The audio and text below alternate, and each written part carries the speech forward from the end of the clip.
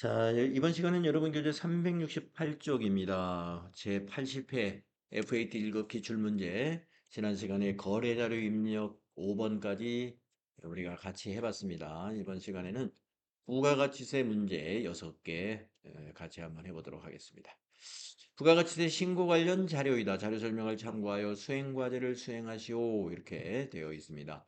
부가가치세 1번 문제는요. FAT 1급에서는 항상 과세 매출로 문제를 내고 있고요. 과세 매출 유형이 11번이라는 얘기고요. 전자세금 계산서를 발급하라는 문제를 출제하고 있어요. 여러분들이 응시하실 때도 그렇게 출제가 될 것 같습니다. 자, 자료 설명을 보면은 상품을 판매하고 발급한 거래 명세서이다. 10월 1일에 받은 계약금을 제외한 잔액은 말일에 받기로 했다. 거래 명세서에 의해 매입 매출 자료를 입력하시오. 하나는 전자세금 계산서 발행 및 내역 관리를 통하여 발급 및 전송하시오 하는 내용입니다.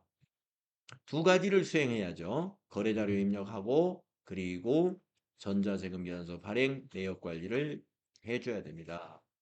자, 그러면 이거 전표를 입력하기 전에 우리가 일반 전표에서 하나 확인해야 될 게 있어요. 자료 설명을 읽다 보니까 이번에 거래 금액은 지금 모두 1,100만 원 아닙니까? 이 세금 거래 명세서를 보게 되면은 총 합계 금액이 1,100인데 10월 1일에 계약금을 받은 걸 제외하고 나머지가 외상으로 했다 이 말이에요. 그러면 10월 1일 날 받은 거는 선수금인데 선수금이 얼마인지를 알아야 밑에 그 회계 처리를 마무리할 수 있는 거잖아요. 그래서 일반 전표 10월 1일 걸 조회해 봅시다. 일반 전표 입력 들어가셔서 10월 1일을 입력해 봅시다.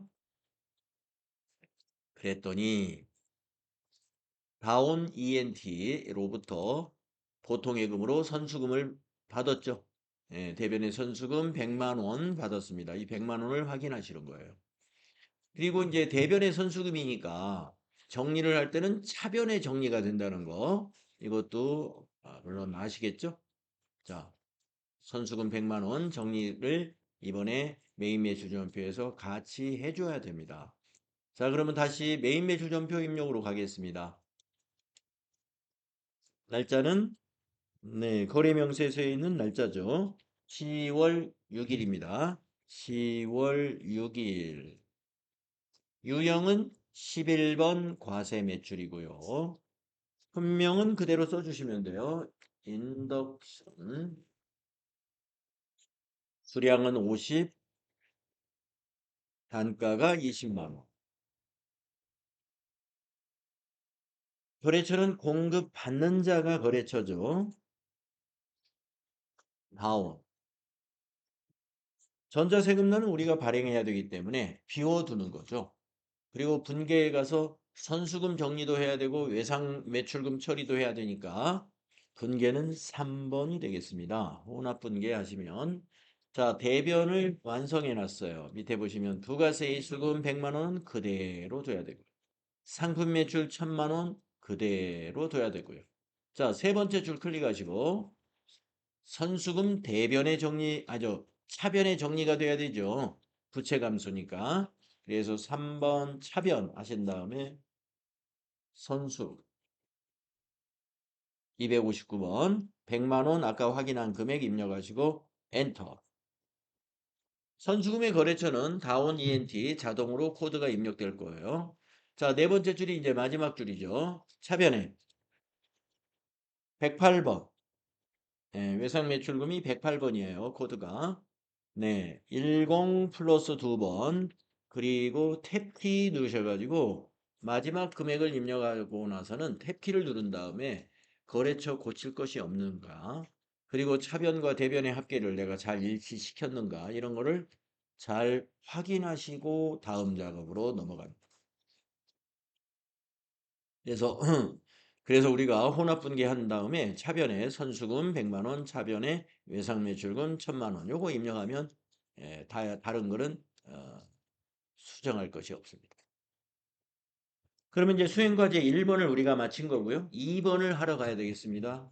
전체 메뉴 가셔가지고 전자세금계산서 발행 및 내역관리 메뉴 아시죠? 예, 전자세금계산서 발행 및 내역관리 들어갑니다. 그래가지고 기간을 입력해야죠. 10월 6일부터 10월 6일이 되죠. 기간이. 자, 10월 6일부터 10월 6일로 기간을 입력하시고 엔터를 3번 치죠. 예.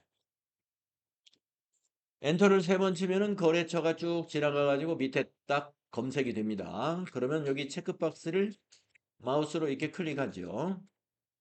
클릭하신 다음에 위에 있는 전자 발행이라는 단추를 눌러야 돼요. 그러면 로그인 창이 나오는데 거기서는 확인해 주시면 돼요. 그러면 전자세금계산서 그림이 나오죠. 맨 상단에 보면은 전자세금계산서 한 건을 발행하시겠습니까? 물어본단 말이에요. 네, 이대로 발행하면 됩니다. 그러면 밑에서 발행이라는 단추를 눌러줘요. 자, 그러면 안내가 나오죠. 네, 세금계산서 발행 요청 건수 총 한 건 중 한 건의 전자세금계산서가 발행되었다. 네, 그러면 확인 누릅니다. 그리고 나서 아카데미 전자세금계산서를 한 번 더 들어가야죠.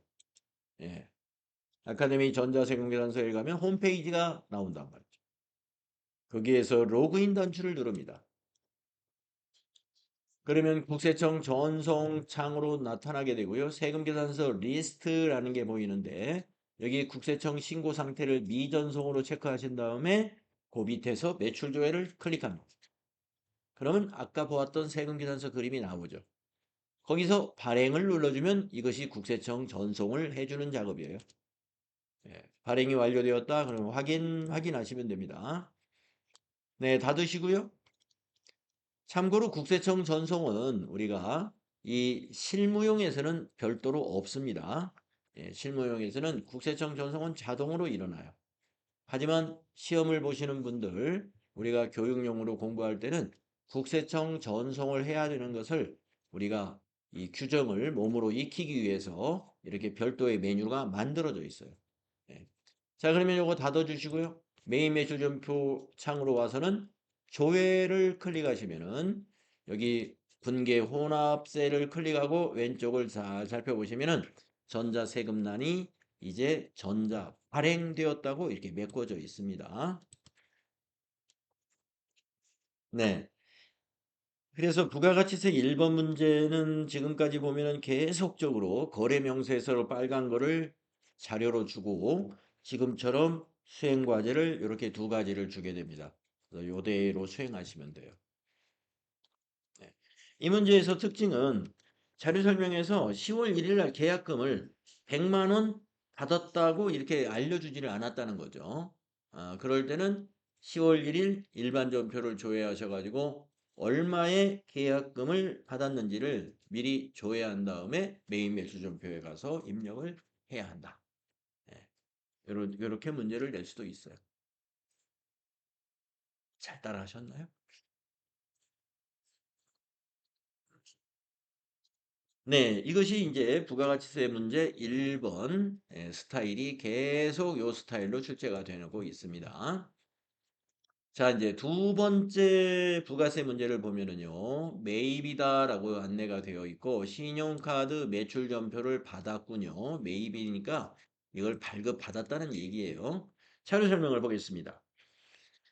주식회사 JCL에서 상품을 구입하고 발급받은 신용카드 매출전표이다. 메인 매출 자료를 입력하시오. 이랬습니다. 자, 그러면은 예, 매입인데 요 매입세 공제가 가능하잖아요. 상품을 매입한 거니까. 그래서 57번 카드과세 매입 유형으로 우리가 입력을 해야 합니다. 자, 그러면 메인 매출 전표에 가셔가지고 날짜를 먼저 입력하겠습니다.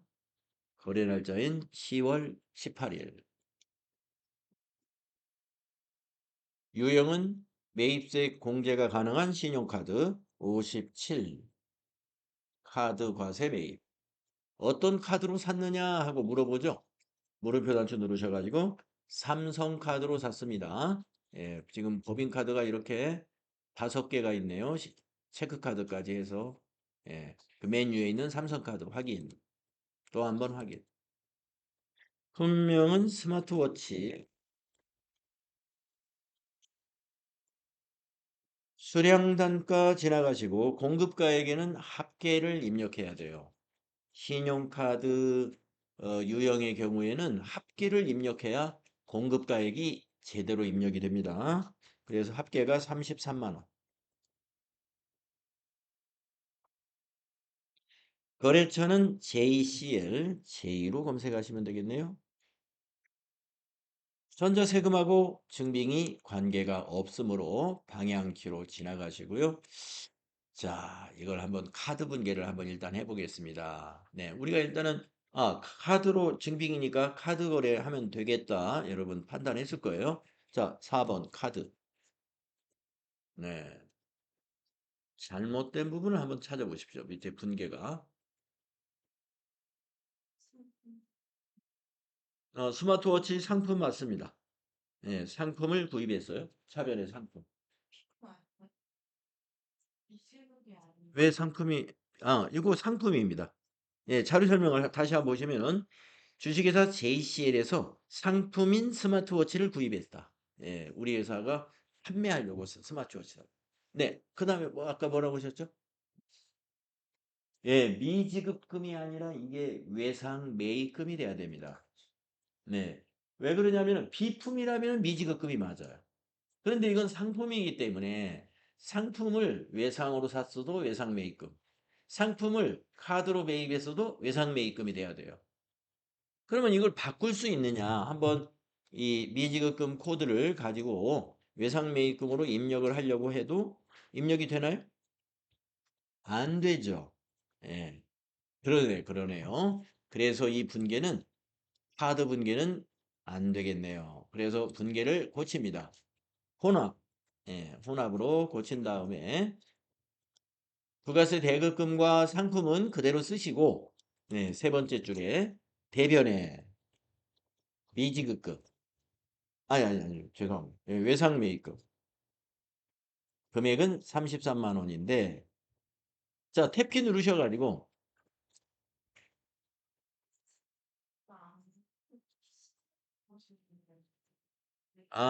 그러면은 이 57 카과로 하지 않고 17 매출로 했나 봐요. 유형을.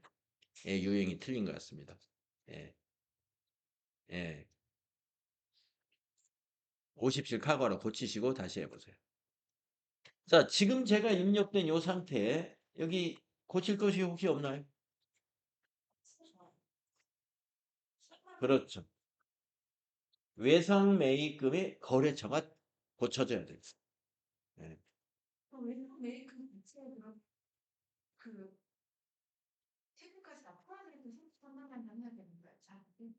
예, 우리가 33만 원을 JCL에서 앞으로 받아야 될 돈이.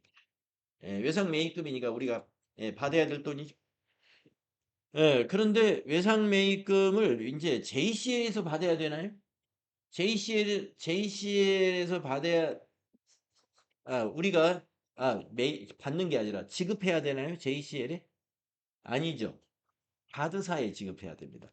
그래서 여기 거래처를 카드사로 바꿔줘요. 삼성카드. 네. 그래서 요 분계 좀 복잡한 거예요. 네. 자칫하면은 여러분 이 문제를 카드 분계 해놓고 오케이 완전히 잘 됐다 하고 마무리를 할 수가 있는데 그건 실수한 겁니다. 왜냐? 상품을 카드로 매입했을 때는 미지급금이 아니기 때문에 그렇습니다. 우리가 여기 이제 요 환경 설정을 잠깐 보여드리면은 환경 설정 회계 탭에서 이렇게 되어 있거든요. 신용카드 거래의 기본 계정이다 해가지고 카드 채무는 즉 카드로 뭔가를 구입하면 기본 계정 과목을 미지급금으로 쓰겠다 이렇게 되어 있어요. 네, 그러니까 우리가 카드 분계를 하면은 카드 매입 분개를 하면은 무조건 미지급금으로만 분개가 일어나거든요. 기본 계정이 글로 돼 있어 가지고. 예, 그러면서 카드사로 바뀌긴 해요. 그런데 이제 이걸 혼합으로 분개를 바꿔야 되잖아요. 카드 분개하니까 안 되니까. 그래서 이제 혼합으로 바꾸어 놓으니 거래처까지 잘 고쳐줘야 됩니다. 자, 그래서 이렇게 우리가 환경 설정이 이렇게 된 이유까지 한번 생각을 해 본다면 이렇습니다. 우리 회사는 원래 이 삼성카드와 같은 법인카드의 용도를 상품 매입 용도로 쓰기보다는 비품이라든가 소모품이라든가 일반 비용 지출에 많이 사용하려고 하는 거예요. 회사의 법인카드라는 게. 근데 지금 여기 JCL에서 스마트워치 상품 사는 것은 굉장히 예외적인 거예요. 이거는. 예.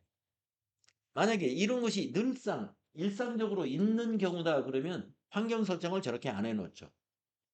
법인카드로 상품을 수시로 매입한다 그러면은 기본 계정을 외상 매입금으로 해놓죠.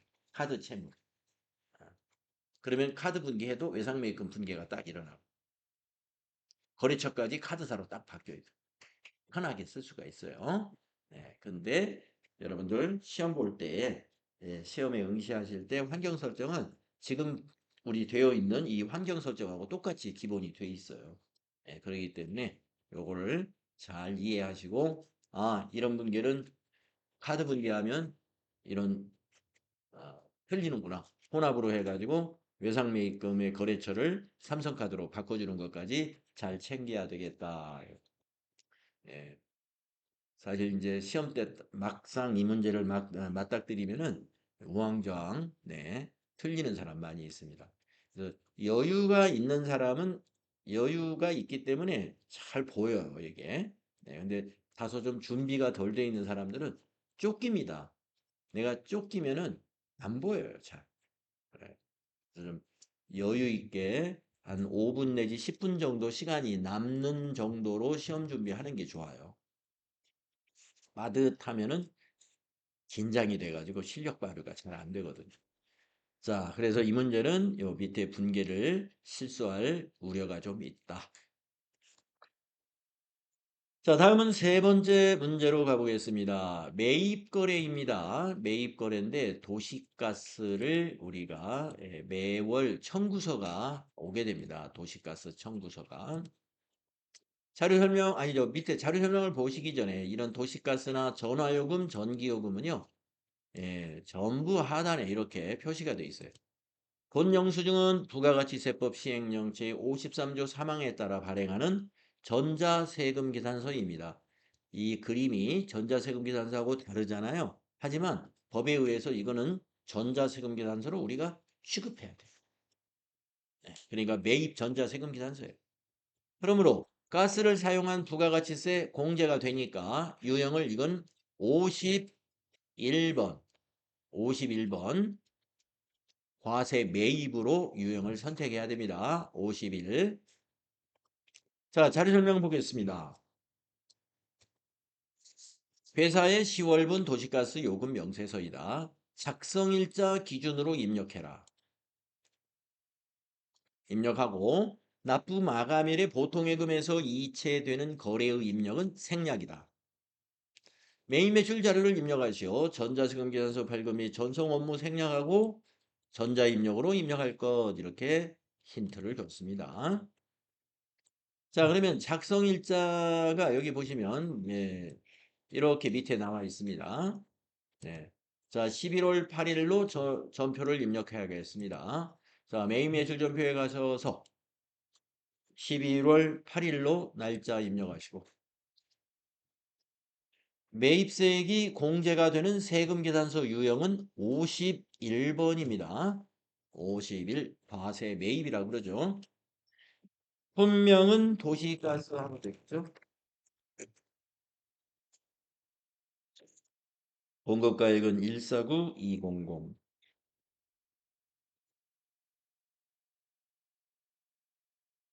거래처가 한국.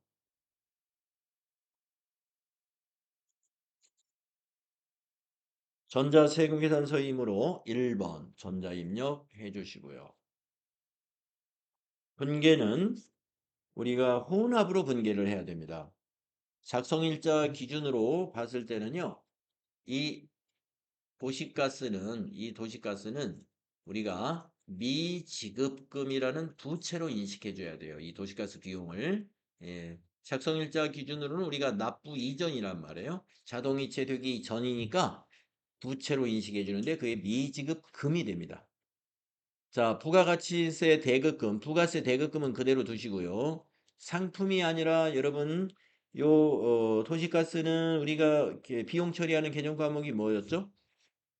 예, 수도광열비 잘 기억하십시오. 수도광열비 815번을 쓰셔야 돼요. 예, 800번. 그래서 상품을 수도광열비로 고쳐야 되고요. 내려와서 대변이 미지급금이 돼야 됩니다. 합계는 164120이죠. 마지막에 탭키 누르셔가지고 거래처가 한국도시가스 코드로 반영되는가를 확인하시면 되겠습니다. 마감이랑 그 직선이 같기 때문에 미지급으로 나가는 거예요? 네. 나는 보통 요금에서 빠져나갔다고 하면 미지급급 아니는데 보통 요금 요 경우에는 11월 8일 날은 이렇게 미지급금으로 회계 처리했다가 거기 보시면은 그 납부 마감일이 며칠로 되어 있죠? 11월 30일로 되어 있네요. 그렇죠? 예, 납부 마감일이 11월 30일입니다. 그러면 11월 31일 날 이 회사의 또 우리 회사 통장에서 계좌 이체가 일어나겠죠? 그때 분기를 생각해 볼까요? 일반 전표에다가 대변에 보통예금 14,900 아니요. 149,200 차변에 뭘까요? 미지급 예, 미지급금. 네, 미지급금 거래처 한국도시가스. 보통 요금 그렇습니다. 예, 여기서는 보통예금으로 계좌 이체된 거를 회계 처리하시면 안 됩니다. 음. 여기서 자료 설명에서 그렇게 말했죠? 작성일자 기준으로 입력하고 납부 마감일인 30일 날 보통예금 통장에서 자동 이체되는 거래의 입력은 생략해라. 그랬어요.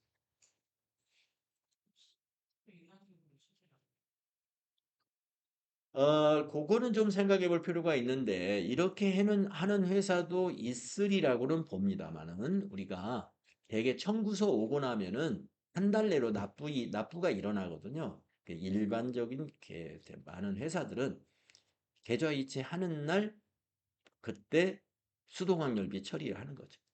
예. 그러니까, 예, 부채로 인식을 안 하고 있다가, 예, 계좌 이체되는 날, 예, 차변의 수도관열비, 대변의 보통예금. 예, 이렇게. 그러니까 이 청구서를 가지고 있다가 11월 8일로 매입 매출 전표에 입력을 안 하고 11월 30일로 매입 매출 전표를 입력하면 그렇게 됩니다. 그렇게 되는데 원칙적으로는 청구가 왔으면 우리가 이제 지급할 의무가 이때부터 발생을 하니까 이렇게 하고 있어요. 예, 가능한 이렇게 해주면 되는데 뭐 귀찮게 생각할 수도 있습니다. 귀찮게 생각할 수도 있습니다.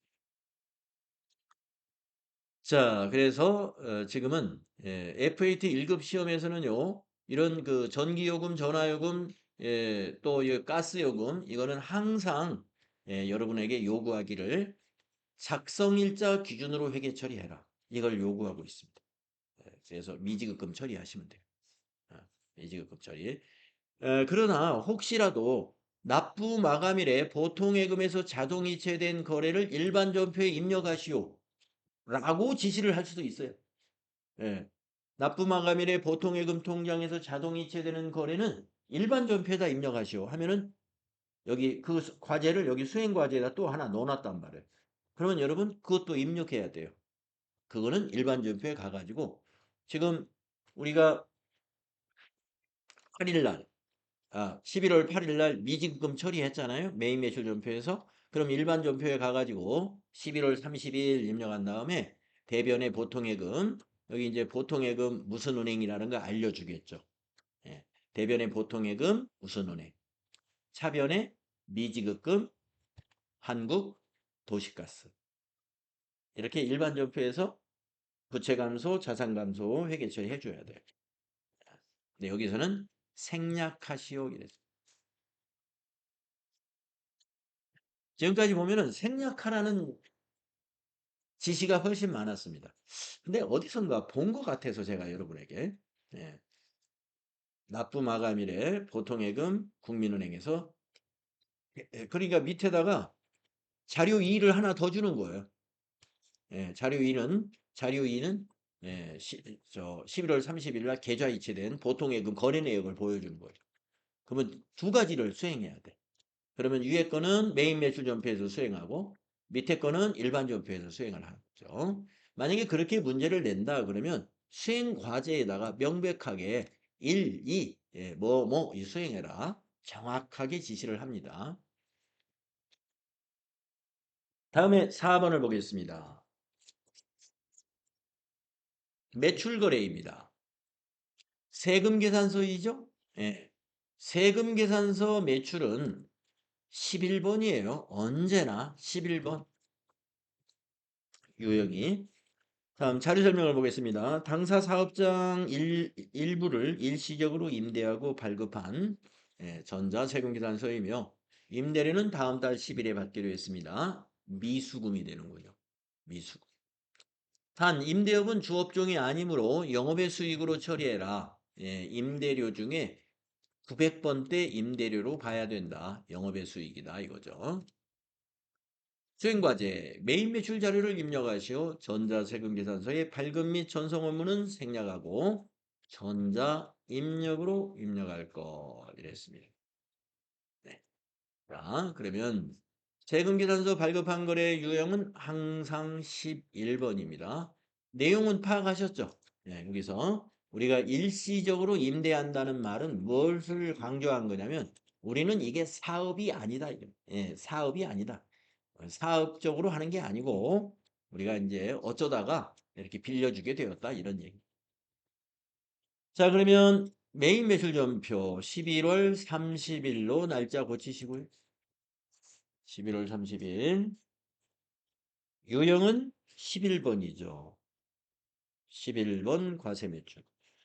분명은 전시공간 임대료. 전시공간 임대료.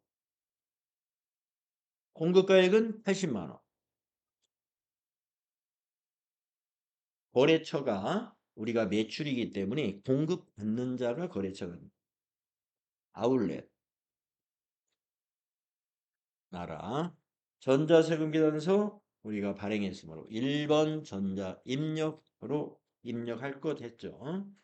자, 분계는 어떻게 해야 될까요? 10일 날 받기로 했으므로 혼합. 혼합.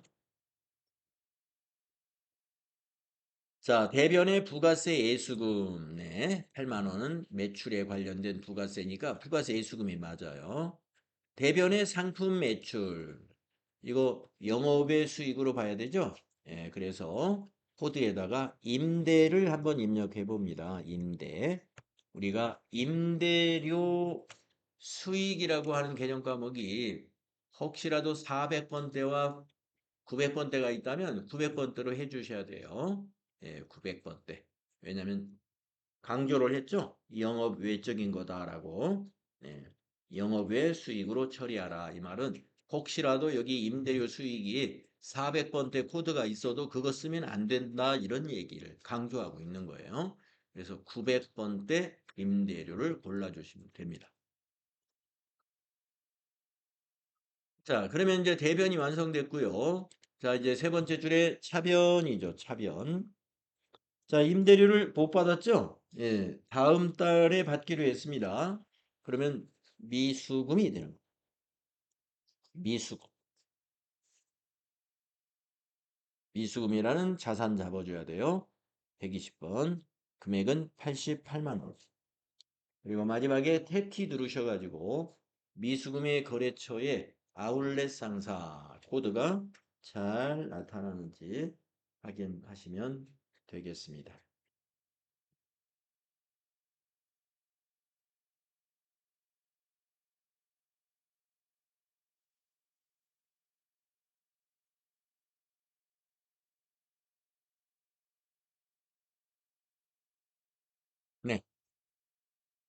음, 11번 과세 매출로 유형 선택하시고 혼합 분계해서 이렇게 마무리하시면 돼요. 예, 추가적인 질문 있으신가요? 없으시면은 다음 다섯 번째 문제로 넘어갈까요? 자, 371페이지입니다. 매입입니다. 매입. 그런데 세금 계산서입니다. 자, 매입 세금 계산서의 경우는 매입세 공제가 되는 거면 51이고 공제가 안 되는 건이면 54 유형이 되는 거죠. 자료 설명을 보겠습니다. 이 제네시스가 뭔지. 영업팀장이 업무용으로 사용 중인 제네시스 차량의 렌트료에 대한 전자세금 계산서를 수취하고 대금은 다음 달 10일에 자동이체하기로 했습니다. 매입 매출 자료를 입력하시오. 임차료 처리하고 전자세금 계산서 거래는 전자입력으로 입력할 것 그랬어요. 자, 차를 렌트한 건데 이 차가 화물차이거나 또는 승용차가 아니면서 또 승용차라 하더라도 1000cc 이하라면은 매입세 공제가 되지만 네, 제네시스 1000cc 초과 차량이잖아요. 2497cc네요. 그러므로 개별 소비세 과세되는 비영업용 승용차에 대한 임차, 구입, 사용에 관한 유지에 관한 매입세액은 공제를 못 받습니다. 그래서 54 유형이 됩니다. 자, 그래서 12월 20일 입력하겠습니다. 매입 매출 전표 12월 20일로 고치시고 유형이 54가 됩니다. 54. 그러면 이렇게 사유를 선택하는 팝업창이 나와요. 네, 3번에 있는 비영업용 승용차 구입 유지 임차 관련 매입이다. 이걸 클릭해 줘요. 그리고 선택을 눌러줍니다. 제네시스 G80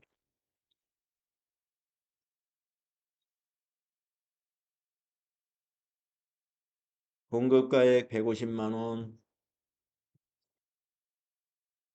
거래처는 공급자가 거래처입니다. 아주 렌트카.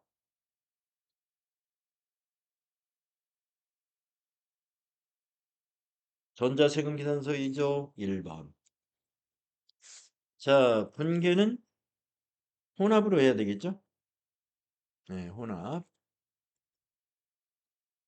자, 차변의 상품이다 그랬는데 임차료로 회계 처리할 것 그랬죠? 렌트비는 다 임차료로 하시면 돼요. 800번대로 해야 됩니다. 임차료 800번대. 819 있네요. 819. 렌트비는 임차료입니다. 자, 대변. 자, 다음 달 10일에 자동이체 해주기로 했습니다. 미지급이죠. 예, 미지급금이에요. 미지급금 165만 원. 탭키 누르는 겁니다. 미지급금의 거래처에 아주 렌트카 코드가 들어가 있으면 됩니다. 제가 한번 질문 한번 해볼게요. 자, 이 제네시스 G80 렌트비에 해당되는 부가가치세가 15만 원이 있거든요. 이 15만 원이 지금 무엇으로 분계가 되었어요? 임차료로 분계되었죠? 예, 부가세 대급금이 아니라 임차료에 포함이 됐습니다. 예, 불공으로 하게 되면은요, 부가세 대급금 분계가 없어야 돼요. 부가세 대급금 분계가 없어야 되죠.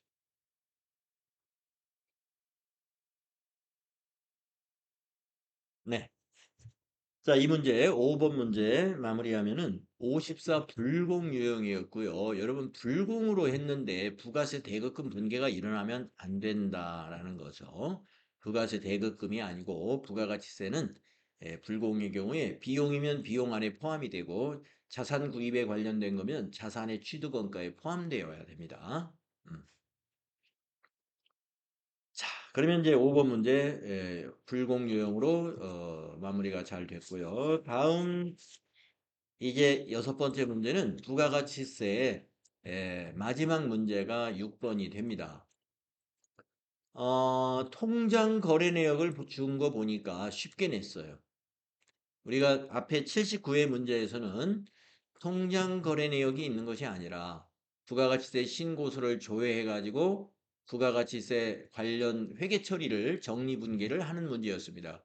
네, 거기에 또 잡이익도 있었고 해가지고 꽤 복잡했었죠. 자, 근데 이 문제는 간단한 거예요. 자료 설명을 보세요. 제1기 부가가치세 확정신고와 관련된 부가가치세 환급세액이 국민은행 보통예금 계좌로 입금이 되었다. 이런 내용입니다. 자, 환급세액은 우리가 정리분계할 때 미수금으로 정리를 해놓거든요. 미수금. 예. 납부할 세액이었으면 미지급 세금이었죠. 지금 보니까 통장 거래 내역이라서 우리가 납부했나 봤더니 돈이 들어왔군요. 맡기신 금액에 기록이 된 거 보니까. 네. 그 미수금이 들어온 거예요. 미수금이. 미수금의 거래처는 어디냐? 역삼세무서입니다. 거래처가 보이죠? 그리고 국민은행 보통예금 입금됐으니까 자산증가, 여긴 차변이 되겠습니다. 미수금도 자산이죠? 미수금은 이제 없어졌으니까 대변에 가는 거죠. 수행과제를 한번 읽어봐요. 6월 30일에 입력된 일반전표를 참고하여 환급세액에 대한 회계 처리를 하시오. 거래처 코드를 입력하시오. 여기 거래처 코드는 뭐 국민은행도 보통예금의 국민은행도 물론 거래처 코드로 꼭 입력해야 되지만 여기서 강조한 것은 미수금의 이 거래처 코드 역삼세무서를 얘기한 것입니다. 그래서 이 수행과제에서 안내를 한 대로 6월 30일 일반전표를 조회한 다음에 이 문제를 해결하려고 하는 분도 있을 것이고 저처럼 환급세액은 미수금이다. 이거 확실히 알고 있는 사람은 조회 없이도 미수금 대변에 가서 자산 감소시키고 차변 보통예금 자산 증가시키고 이렇게 하면 되는 겁니다. 날짜는 어떤 날짜냐? 여기 통장에 있는 거래 날짜 8월 22일로 하면 돼요. 자, 일반 전표에다 이건 입력을 하는 겁니다. 부가가치세 문제 중에 맨 뒤에 나오는 6번 문제는 일반 전표에 입력을 하는 거예요. 자, 그러면 일반 전표 8월 22일로 입력을 해볼까요? 일반 전표 8월 22일. 차변의 103번. 거래처 국민은행 보통. 금액의 1398 플러스. 대변의 미수금 역삼. 거래처 코드 역삼. 1398 플러스. 이렇게 하는 거죠. 자산 증가, 자산 감소. 차변의 자산 증가, 보통예금, 대변의 미수금, 자산 감소. 이런 거랍니다. 자, 내가 이게 미수금이라는 것을 이렇게 확신할 수가 없었어요. 그러면은 수행과제에서 힌트 준 거를 보시면 됩니다. 한번 6월 30일 정리분계를 볼까요? 일반 전표에 가셔가지고 6월 30일을 딱 입력해 보면 그 통장 거래 금액 1398000과 똑같은 금액이 차변에 미수금 역삼세무서로 자산 잡혀 있죠? 예, 미수금 차변이면 자산 증가잖아요. 오늘 받았으니까 대변의 미수금 역삼세무서 자산 감소시킨 거예요. 그래서 수행과제에 요 6월 30일 이렇게 설명한 것은 여러분에게 힌트를 준 겁니다. 6월 30일 걸 보면 이건 할 수 있을 거야 하고 그래서 그거 보시고 하셔도 되고 뭐 우리가 환급받을 세액일 때는 미수금이라는 걸 우리 부가세 정리분계에서 이미 배웠단 말이에요. 납부할 세액은 미지급세금. 예. 그래서 가끔 이렇게 환급세액이 입금됐다 이렇게 문제를 내기도 합니다만은 지금처럼 보통예금 거래 내역을 줄 때 차지신 금에다 이 금액을 넣었다고 볼까요? 1398000이 차지신 금액에 있다. 그러면 그건 납부한 거예요. 그러면 자 납부한 걸로 한번 분계를 한번 해볼까요 우리가? 예. 자 납부했으니까 보통예금은 대변이겠죠. 대변 보통예금 국민은행 1398000 차변이 뭐가 올까요? 예, 미지급세금. 납부할 세금 미지급세금 차변에 부채 감소시켜야죠. 거래처 역삼세무서. 예. 그래서 이렇게 부가가치세 6번 문제가 말입니다. 보통예금 거래 내역이 있을 때 찾으신 금액에 넣어왔을 때는 숫자가 있을 때는 미지급세금을 납부한 그런 문제를 낸 거고 지금처럼 맡기신 금액에 돈이 입금됐을 때는 환급세액이 입금된 거를 문제로 낸 거예요. 그두 가지를 다 알아두시고 부가세 적립분기에 비하면은 빨리 할 수 있고 또 사실 더 쉬운 거죠. 앞에 79의 6번 문제에 비교했을 때 훨씬 쉬운 겁니다. 그래서 제가 이제 일반 전표하고 부가가치세 전표 여러분 80회 문제를 여러분하고 같이 풀어봤는데 앞에 79회하고 비교했을 때는 80회가 쉬운 거예요. 전체적으로 쉽게 나오고 있습니다. 다음은 결산 문제 한번 보겠습니다.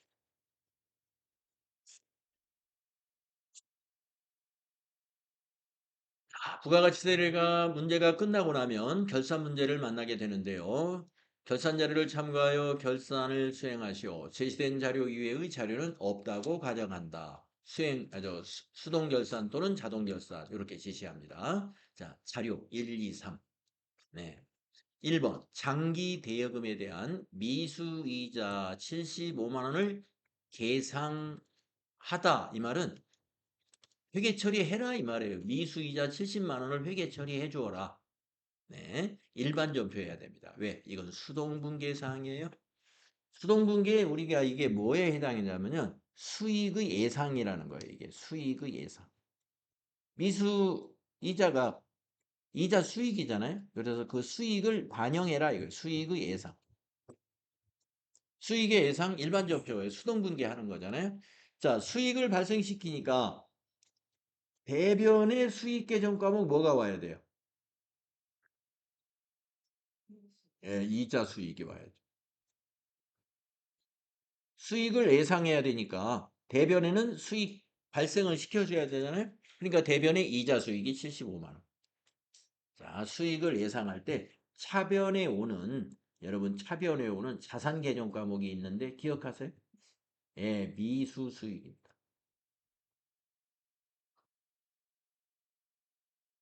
수익을 예상하면은 미수 수익을 자산으로 사용하는 거예요.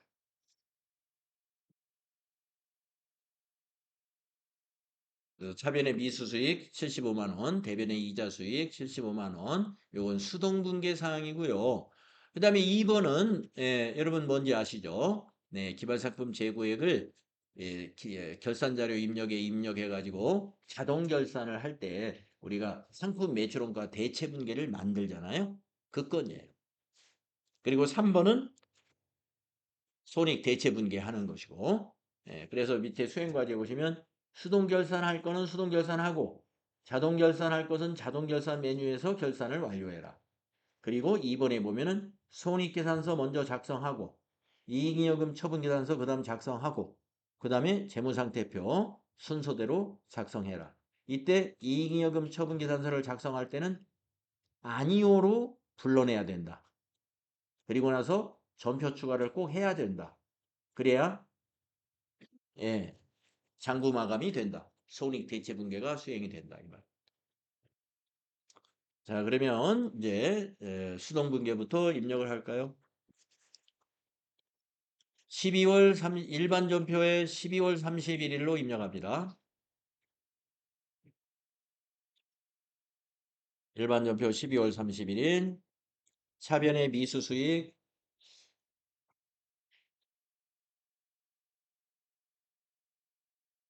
75만 원, 대변의 이자 수익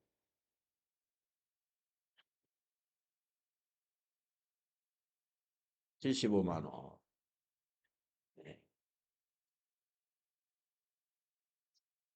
수익 예상을 이렇게 해주시면 되고 그 다음에 이제 기말상품 재고액 이거는 자동 결산 내용이죠. 그래서 전체 메뉴 가셔가지고 결산자료 입력 일로 들어가죠. 네, 기간은 1월부터 12월까지 입력하시고 확인 단추 누르면 요 팝업 창이 사라집니다. 양식이 딱 나타나죠? 네. 예, 딱 요거 하나 내니까 너무 쉬운 거예요. 기말상품 재고액 여기에 3,500만 원을 여기다 입력하죠. 35 플러스 플러스 엔터. 예. 그러면 매출원가가 378-200000이라고 입력이 될 겁니다.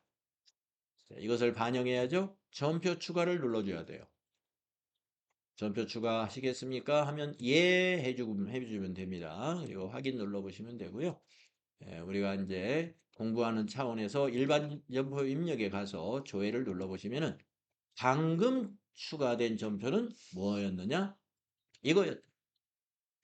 차변의 상품 매출원가 비용 발생 378 20000. 대변의 상품 자산 감소 378 20000. 예. 이것이 되어야만이 비로소 상품 매출원가라는 비용이 손익계산서 매출액 밑에 이제 제대로 반영이 되는 거고요. 기말 상품 재고액은 우리가 입력한 3,500만 원으로 결정이 되는 것입니다. 자, 그 다음에 해야 할 것은 이제 손익계산서부터 작성을 합니다. 수행과제 이제 2번을 하는 거예요. 수행과제 2번에 있는 손익계산서 12월로 작성했을 때 여러분이 작업한 것이 반영됐는가를 봐주는 게 좋아요. 매출원가 378-200 왔나? 네. 이거 보시고 이제 맨 밑에 가서 당기순이익을 한번 보는 거예요. 당기순이익 2자로 시작해서 0자로 끝났구나. 자, 그 다음에 전체 메뉴에 가셔가지고 이익여금 처분 계산서를 실행해야 됩니다. 작성해야 돼요. 이익여금 처분 계산서를 이때 아니오로 불러내야 돼요. 아니오로.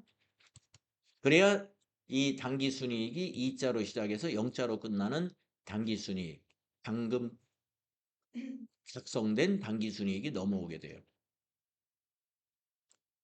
그렇게 하시고 이제 날짜 아까 그 자료에 준 자료 3번에 준 날짜 있죠.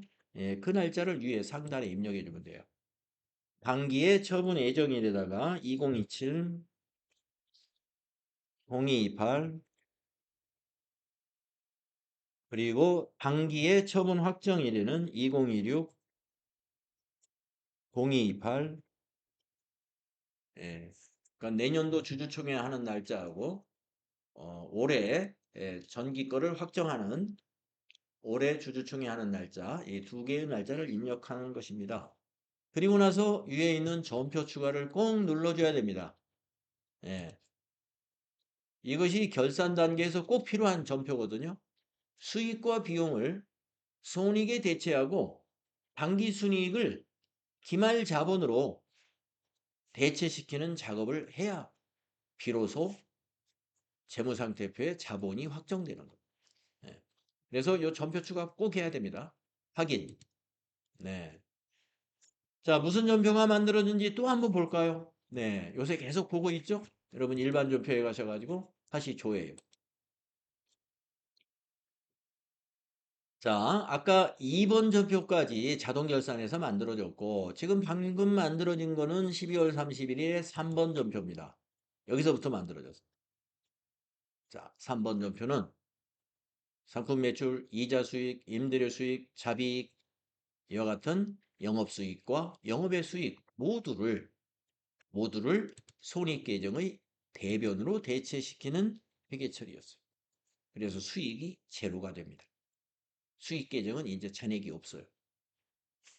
그 다음 4번의 전표는 상품 매출원가, 급여 상여금, 복리후생비, 여비유통비, 접대비, 통신비 등등의 모든 비용 계정을 손익계정 차변으로 대체시켜 가지고 비용의 잔액이 없어지게 되는 겁니다. 비용의 원장에 가면 이제 잔액이 없습니다.